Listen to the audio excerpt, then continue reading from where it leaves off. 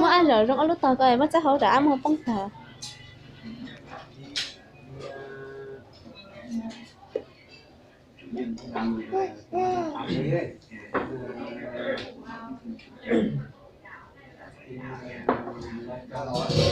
Bảo hiểm cho rồi á, bây giờ làm bảo hiểm cho rồi á.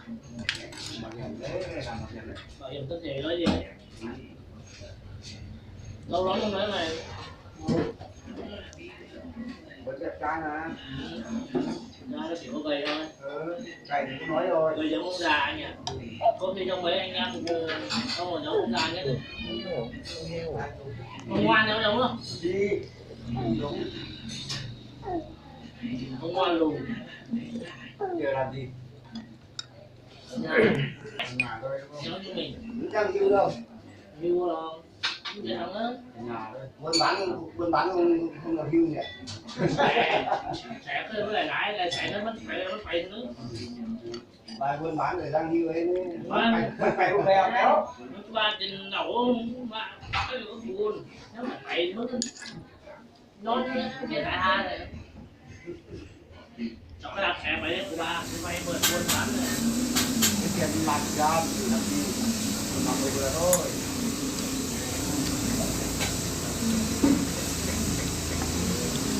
Đúng không? Không lên lại lên. Cả trước. giá là chết cả đấy Đúng không? nói như thế là nói vài văn cùn thôi Cái buồn à? mọi người nó phải có phải cùn chết để ra người chết để kiếm mày phải có cái gì để cho con cho cái mày sau này mày nó còn nước khói mày đâu có gì nó đéo thắp hương đâu Đúng rồi. Thế không nghe được. Tưởng là biết là hết. mày hồi xưa ba anh em học cùng quá nhỉ Dung là anh trả cho còn cái đông nó lấy thằng ông Quang lấy đông nó lấy thằng Dũng ba anh em học cùng quá của cái này từ lớp 5 đến lớp 7 Đấy chẳng người nó đấy. này là học 5C học 165 lớp mà anh tập gì không nó mình muốn trên mẹ lâu rồi Thế là đại rồi cái này biết tiền ông đi. bây giờ làm gì thì bạn nào có lấy em gái và xử lý cái này thằng kinh thì nước ra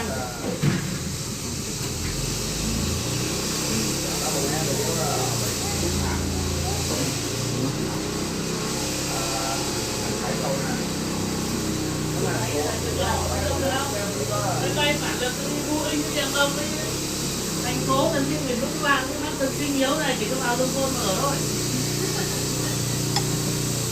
Làm sao đi. rồi đừng thẳng cái bếp nhá mày còn đi mày lái xe là có tiền nộp phạt cho tôi nói không 40 triệu cho còn 2 năm mới để chào cả nhà nhá Đi bộ nó cũng phạt à? đi bộ mà xe nhiều ba mà người ta nó có phạt Còn thế à?